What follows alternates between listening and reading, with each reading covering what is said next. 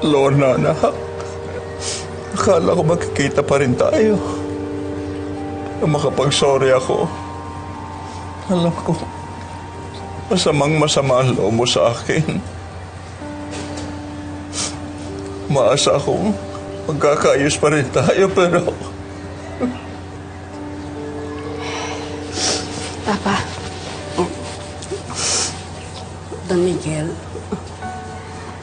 mawalang galang na ho. Hindi ko kayo nakalimutan ni Lorna.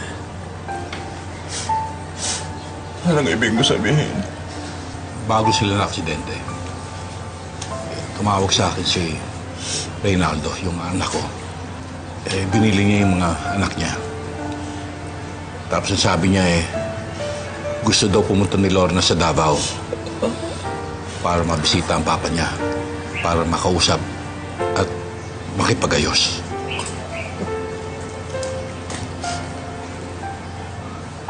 Narinig mo yun?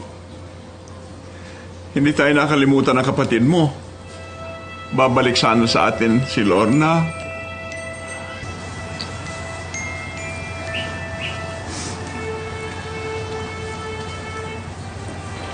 G-Pop! Huwag ka na po umiyak. Ang sabi mo sa akin ni Lolay, nasa langit daw po si Nanay.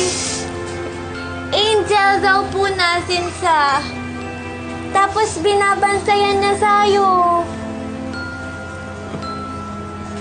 Pag sad ho si Chichi, ganito po yung ginagawa ko, G-Pop. Hinahag ko siya. Tapos kinikiss ko.